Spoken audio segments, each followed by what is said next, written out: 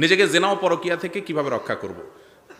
পরকীয়া বিশেষ করে আমাদের সমাজে ব্যাধির আকার ধারণ করেছে, ব্যাধির আকার ধারণ করেছে। সংসারগুলোতে অশান্তির একটা বড় কারণ হলো পরকীয়া। পুরুষ অন্য মেয়েদের দিকে আসক্ত, আর নারীও অন্য পুরুষে আসক্ত।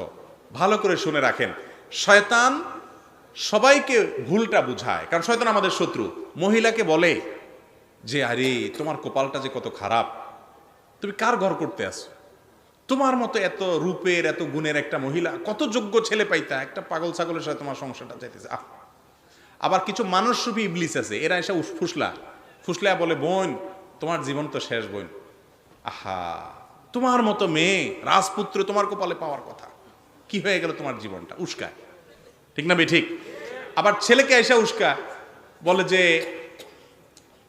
আরে তোমার মতো রাজপুত্র, এই মহিলার কোনো যোগ্যতা নাই, কিচ্ছু নাই, কত ভালো ভালো মেয়ে তোমার জীবনে পাইতা। এরকম উস্কানি দেওয়া হয় কি হয় না?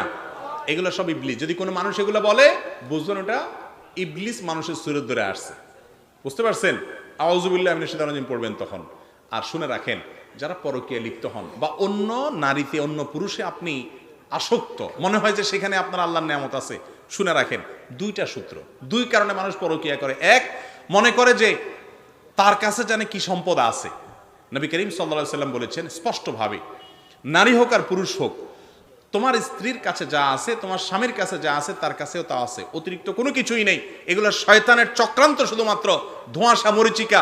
দেখতে মনে হয় কি জানি কি, তার সাথে তুমি সংসার করো, কয়দিন পরে মনে হয় মাটি। সেম। মানুষের পার্সোনালিটি, ব্যক্তিত্বটা মূল।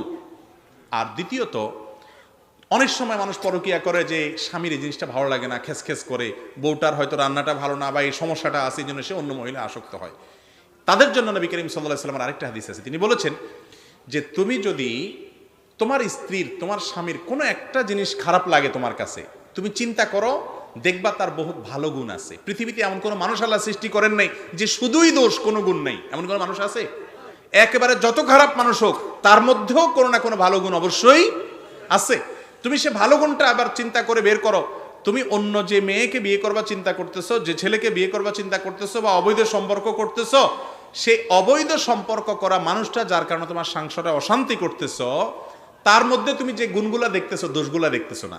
শুনেন, শয়তান মহিলা এবং পুরুষদের রূপ ধরে পরকীয়ায় আমাদের সমাজে বাড়ায় আরেকটা প্রক্রিয়াতে। সেটা হলো এই, অনেক মহিলা আসবে, আয়সা আমাদের মা বোনদেরকে, একটু সোজা সরল যারা, তাদেরকে বলবে বোন আল্লাহ আমারে কত সুখে রাখছে জানো, আরে বোন তোমার ভাই অর্থাৎ আমার স্বামী, সে আমারে যে কত ভালোবাসে, কত আদর করে, আমরা সুখের সাগরে ভাসতেছি।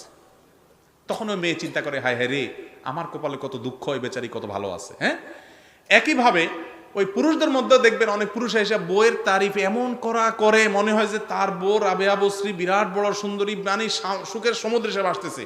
তখন ওই দোস্তের গল্প শুনে মনে করে যে আরে আমার কপালে যে কি আছে, হা বেচারা কত সুখে আছে। এই দুইটাই ইবলিস। এই দুইটাই কি? যারা অন্যকে প্ররোচিত করে এবং ব্যক্তিগত বিষয়গুলোকে শেয়ার করে অন্যদের কাছে, এরা মানুষরূপী শয়তানের দোসর। শয়তান তাদেরকে দিয়ে কাজ করাচ্ছে। কারণ যে বলতেছে যে আমরা সুখের সাগরে ভাসতেছি, ওর কপালে বহুত দুঃখ আছে, ও বলে না, শিয়ানা, শুধু ভালোটা বলে। ঠিক না ঠিক? দুনিয়াতে এমন কোনো মানুষ আছে যে সব দিক থেকে সুখে আছে? আর নবী করিম সাল্লাল্লাহু আলাইহি সাল্লাম পর্যন্ত স্ত্রীদের সাথে ছোটখাটো মনোমালিন্য হয়েছে, রাগ করে মসজিদে যা বসে আছেন, ওমর রাদিয়াল্লাহু তাআলা মধ্যস্থতা করছেন, ঘটছে না ঘটে নাই? তাহলে তুমি কে হয়ে গেলা, তোমার বউর সাথে কিছুই হয় না, তোমার স্বামী তোমার স্ত্রী খুব ভালো। যারা এরকম উস্কানি দেয়, উস্কানির কারণে পরকীয়া এবং অশান্তির দিকে আমরা অনেকে পা বাড়াই। সবচেয়ে বড় বেশি পরকীয়া হয় সোশ্যাল মিডিয়াতে এবং অফলাইনে, অনলাইনে চোখের জেনা করার মাধ্যমে। মনে হয় যে ওইটা জানি কি নেয়ামত, আসলে কোনো নেয়ামত না। এই জন্য পরকীয়া থেকে বাঁচার চেষ্টা করতে হবে। পরকীয়ার অপরাধ এত জঘন্য অপরাধ, যদি কেউ অবৈধ সম্পর্ক করে বিবাহিত মানুষ এবং জেনা লিপ্ত হয়, তাহলে ইসলাম শরীয়ত তার শাস্তি কি রাখছে? ইসলামের ইতিহাসে যত দণ্ডবিধির ইতিহাস আছে, এত ডেঞ্জারাস শাস্তি চুরি করলেও নাই, অন্য কোনো অপরাধে নেই। যত বেশি অপরাধে যারা সমাজে ফাসাদ সৃষ্টি করে তাদের, আর বিবাহিত যারা লাম্পট্য করে বদমাইশি করে তাদের। তাহলে যারা বিবাহ করার পর ফেসবুকে বিভিন্নভাবে অন্য মেয়েদের ছবি দেখে হারাম সম্পর্ক করেন, হারাম মজা নেন, ইনবক্সে হারাম কাজ করেন, তারা কত বড় জঘন্য কাজ করছেন সেটা নিজেরাই চিন্তা করেন। আল্লাহ তাআলা আমাদের বুঝার তৌফিক দান করুন।